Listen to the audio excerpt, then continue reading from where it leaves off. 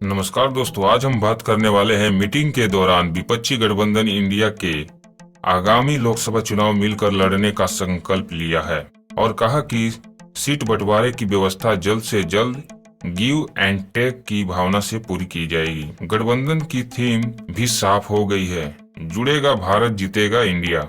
वहीं मुंबई में विपक्ष की बैठक पर बीजेपी नेता रविशंकर ने कहा कि बिना कोई विजन के एक मंच पर नेता जुटे हैं। उन्होंने कहा कि इंडिया गठबंधन की राजनीति लेन देन पर आधारित है। 2024 में होने वाले लोकसभा चुनाव को लेकर विपक्षी पार्टियां एकजुट हो रही है, लिहाजा विपक्षी गठबंधन इंडिया की तीसरी बैठक मुंबई में हुई। इसमें 28 पार्टियों के 63 नेता शामिल हुए। इस अहम मीटिंग में 5 कमेटी पर सहमति बनी है, जिसमें मुख्य कमेटी कोऑर्डिनेशन कमेटी है, जिसमें पहले 13 सदस्य का नाम सामने आया था। हालांकि इस लिस्ट में बाद में एक और नाम सीपीएम के सदस्य को जोड़ा गया। जानकारी के मुताबिक ये कमेटी ही आगे तय करेगी कि कैसे विपक्ष का मोर्चा मिलकर मुद्दे उठाएगा, रैली करेगा, प्रेस कॉन्फ्रेंस करेगा, बीजेपी को घेरेगा। इस दौरान ये सभी साफ हो गया कि इंडिया गठबंधन अगली बैठक अब दिल्ली में होगी।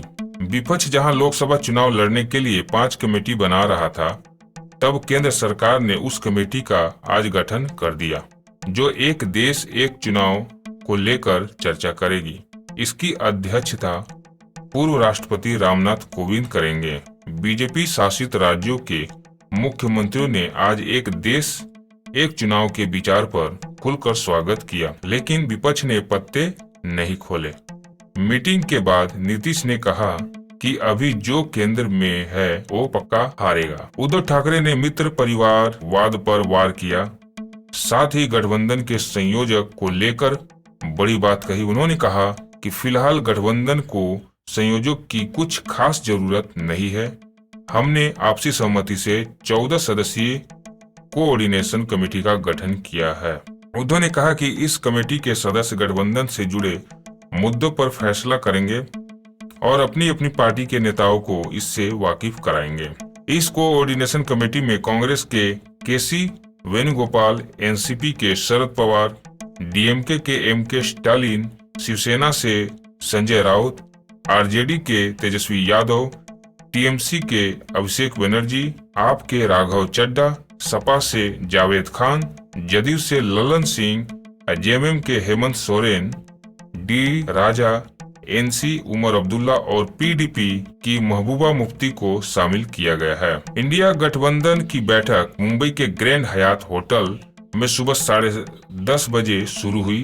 महत्वपूर्ण तीसरे दौर की चर्चा से पहले गठबंधन ने विश्वास जताया है कि यह देश में राजनीतिक बदलाव लाने के लिए एक मजबूत विकल्प प्रदान करेगा और इस बात पर जोर दिया जाएगा कि भाजपा के विपरीत उसके पास कई प्रधानमंत्री पद के चेहरे हैं। गठबंधन के कई नेताओं ने कहा कि वे देश में संविधान और लोकतंत्र को बचाने के लिए एक साथ आए हैं और सत्तारूढ़ भाजपा से मुकाबला करने की तैयारी करते हुए एक साझा कार्यक्रम विकसित करेंगे। मीटिंग के दौरान विपक्षी गठबंधन इंडिया ने आगामी लोकसभा चुनाव मिलकर लड़ने का संकल्प लिया और कहा कि सीट बंटवारे की व्यवस्था जल्द से जल्द गिव एंड टेक के माध्यम से कर ली जाएगी। लालू ने कहा कि मोदी सरकार को हटाकर ही दम लेंगे। उन्होंने कहा कि इस देश में अल्पसंख्यक सुरक्षित नहीं है, देश में गरीबी, महंगाई बढ़ रही है। लगातार लड़ाई लड़ते लड़ते हम लोग आज इस मुकाम तक पहुंचे हैं। तंज कसते हुए आरजेडी सुप्रीमो ने कहा कि बीजेपी को छोड़कर सभी दल एकजुट हुए हैं।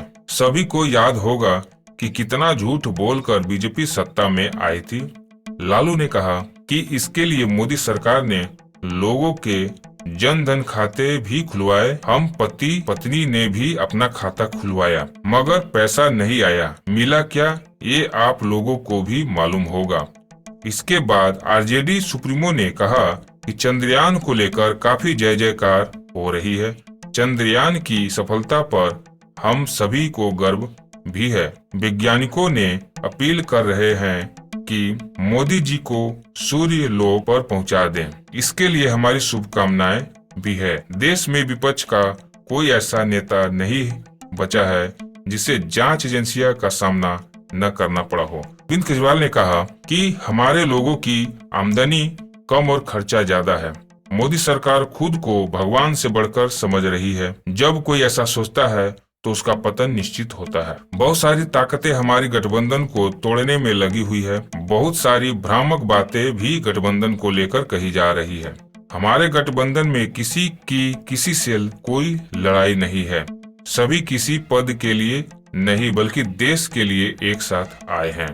तो दोस्तों, इस तरह की इंपॉर्टेंट वीडियो के लिए हमारे चैनल को लाइक और सब्सक्राइब करना न भूलें। धन्यवाद।